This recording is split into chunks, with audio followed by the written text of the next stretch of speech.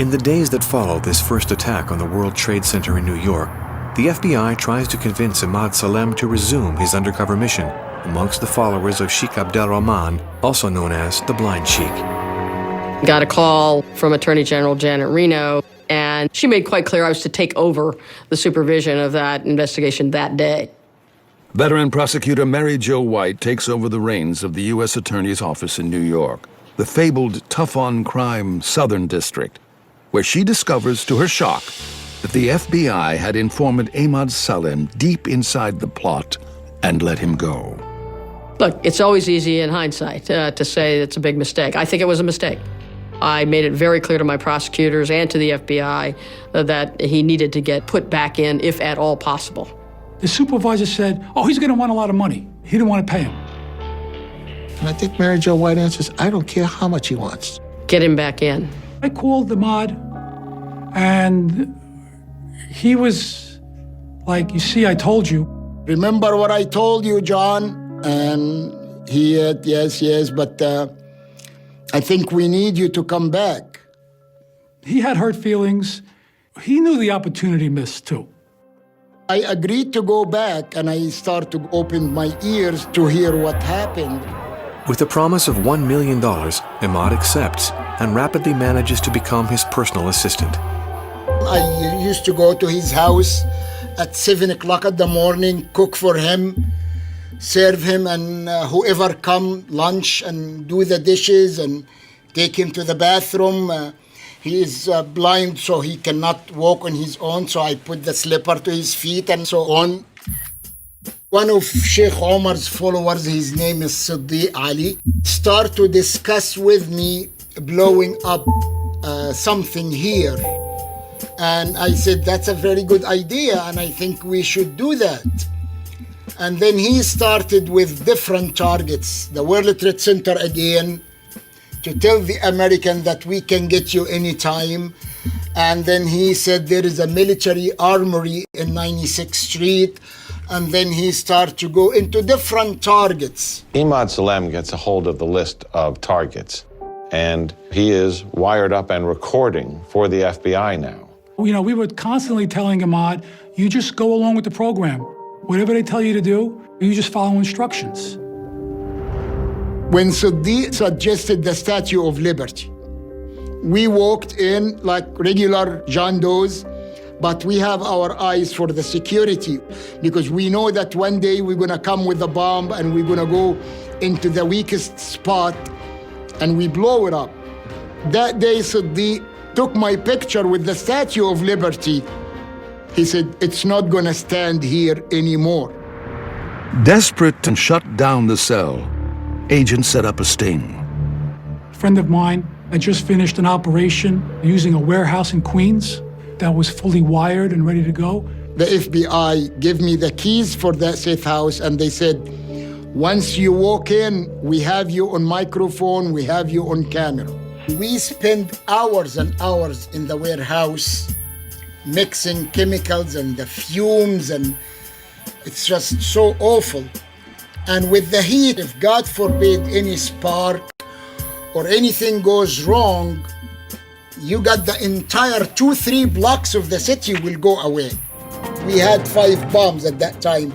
Each one is 1,500 pounds bomb, which is like similar to the Oklahoma bomb in the magnitude of it. One for Holland Tunnel, one for Lincoln Tunnel, one for Washington Bridge, one for the United Nations, and one for the FBI building. These 5 bombs will go off simultaneously in 1 minute. So it would be like chaos in Manhattan. The FBI must now scramble to prevent this new plot, a plan on a par with 9/11. 5 timed explosives targeting New York City landmarks, including the Holland and Lincoln tunnels, several bridges, the United Nations, even the Statue of Liberty. The most terrifying target of all, the tunnels, traffic arteries for hundreds of thousands of daily commuters. Emad went to the Holland Tunnel with Siddiq, with the video camera going. And Siddiq will tell me, at this spot, I have to twist the camera to the ceiling so we know on video where we're gonna stop the car carrying the bomb. And then they're gonna light the fuse, and then they're gonna jump out of the car and leave. And then when a bomb goes off, all the water will rush in and drown all the people. We were monitoring this horrific terrorist plot that in a 24-hour period would have thousands and thousands of people dying. We were getting more evidence to get more players in the net. The only person we didn't have is the blind sheikh. A blessing on tape would help to prove in court that the sheikh authorized terrorist activities. Emad goes into the sheikh's apartment. He's got the mic in his briefcase. And the only thing that was kind of silly about it was that it had a red light on the outside. You know, we didn't have the best equipment at the time, but thank God the sheikh was blind, so he didn't see the thing blinking. With a wire on, Emad will try to compromise Rahman. We go to the kitchen. It's a very small space. And then I told him that Siddiq and I start to build something big, very big for the United Nations. What do you think? It is permissible or it is illicit? So Sheikh Omar answered, it is not illicit, it is okay, but don't do it. I said, don't do it, why? He said, it is better, and then he put his mouth into my left ear because I'm holding him in my left arm, and he started to whisper.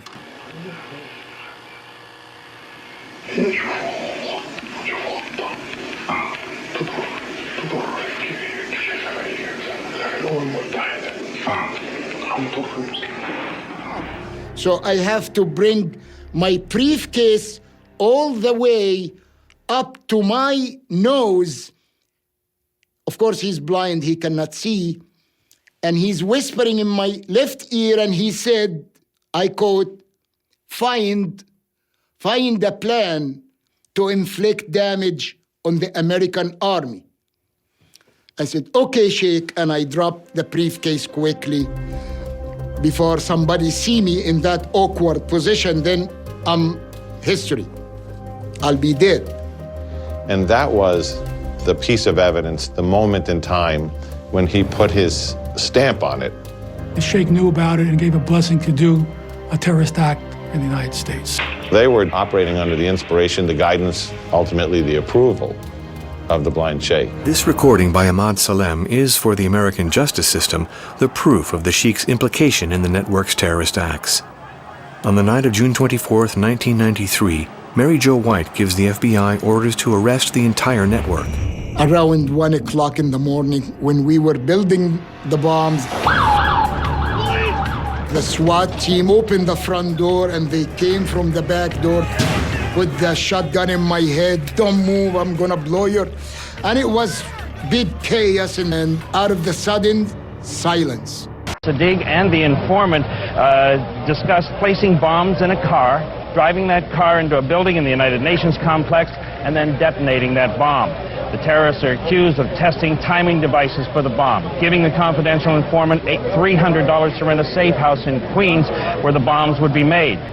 Now, Ibrahim Siddiq Ali allegedly told the informant that he had participated in test explosions preparing the bomb that was used to bomb the World Trade Center.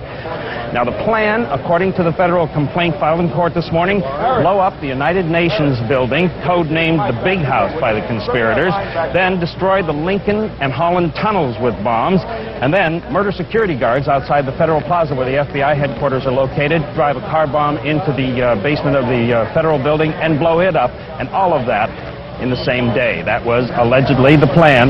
The blind sheikh and 11 of his disciples face multiple counts of conspiracy, including charges for the first World Trade Center bombing, the Landmarks terror plot, and even the 1990 murder of Rabbi Kahane.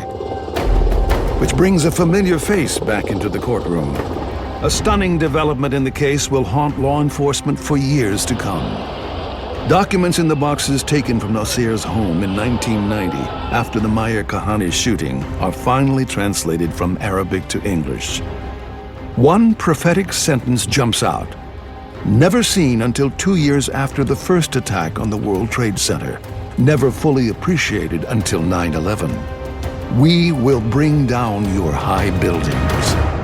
You can't overstate the importance of the information in those boxes of evidence collected in connection with the Nocera trial. But you want to be looking at that the moment you have it, and that didn't happen. Another missed opportunity to prevent the rise of terror cells committed to attacking the United States. Apprehended soon afterwards, the blind Shiekh is sentenced to life imprisonment. And today, a federal jury agreed, finding a blind sheikh and 9 other Muslim militants guilty. Tonight, federal officials stepped up security at the nation's airports, a move they linked in part to recent events involving the Mideast. And as NBC's Rahema Ellis reports, there was also a ring of blue around the courthouse in Manhattan today as the jury returned with its verdict. Police were all over the Manhattan Federal Courthouse as the largest terrorism trial in U.S. history ended after 1 week of deliberations. The jurors, known only by number, found blind Muslim Sheikh Omar Abdel Rahman and 9 of his followers guilty of seditious conspiracy to wage a war of urban terrorism to pressure the U.S. to change its Middle East policy. With the Sheikh as the spiritual leader, the terrorist plot included bombing 5 New York landmarks within a 12-square-mile area in the space of 10 minutes. And there was a plot to murder Egypt's president, Hosni Mubarak. One defendant shouted, "God is great," after the jurors had left the courtroom. Prosecutors described the conspiracy as a jihad, a holy war against America, but insisted the government's case was not about religion. This trial was about crimes, very serious crimes, not about religious beliefs or ethnicity or people from any particular part of the world. Defense lawyers say they will appeal. Well, I think the message is here, put a Muslim on trial and they'll convict him. The government's case was built around secretly recorded tapes and conversations. The prosecution also depended heavily on the testimony of a government informant, Emad Salem, an admitted liar who got $1 million for infiltrating the Sheikh's inner circle.